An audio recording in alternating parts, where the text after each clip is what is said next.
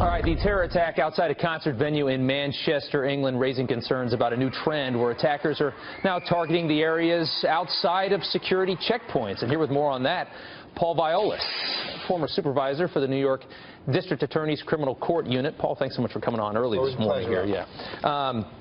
I guess it doesn't take a genius to figure out if you can't get into some place with a bomb, the best place to go next is the most populated area. And when you are looking at a concert hall, it was the first thing that came to my mind is, yeah, right after it ends, security goes lax. Right. And all of a sudden, you can pretty much get in anywhere if you want to, because once Ariana Grande is off the stage, there isn't that need for security to get into the venue. Right. Is this the new trend?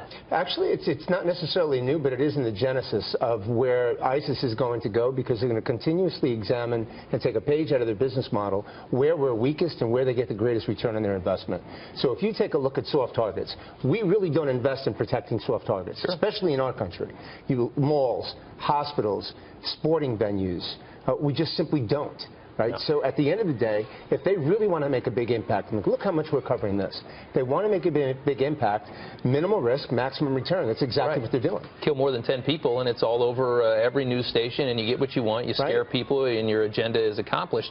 But, I mean, and that's the whole point is, I mean, how do you secure a world full of soft targets? I go to Whole Foods here in New York City, and there's 100 people checking out in line. I mean, you can do this anywhere. What do you do? You certainly can. The most important thing to remember is that it's not going to be a situation that we can't control. Yeah. We just have to really change the way that we look at things. And I'll give you a perfect example. People are talking about, initially this guy was a suicide bomber. He wasn't strapped, he was carrying. It's an entirely different thing. Right. So when you talk about what we can do, take the basics. If you go to a sporting venue, how many times has somebody looked into a bag?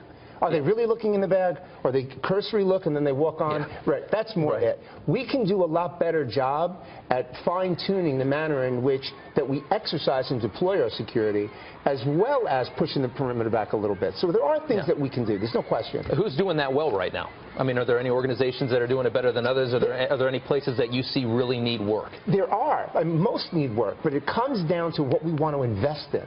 That's the bottom line. A lot of people complained when we had the Super Bowl here at Giant Stadium. You probably remember that. Yeah.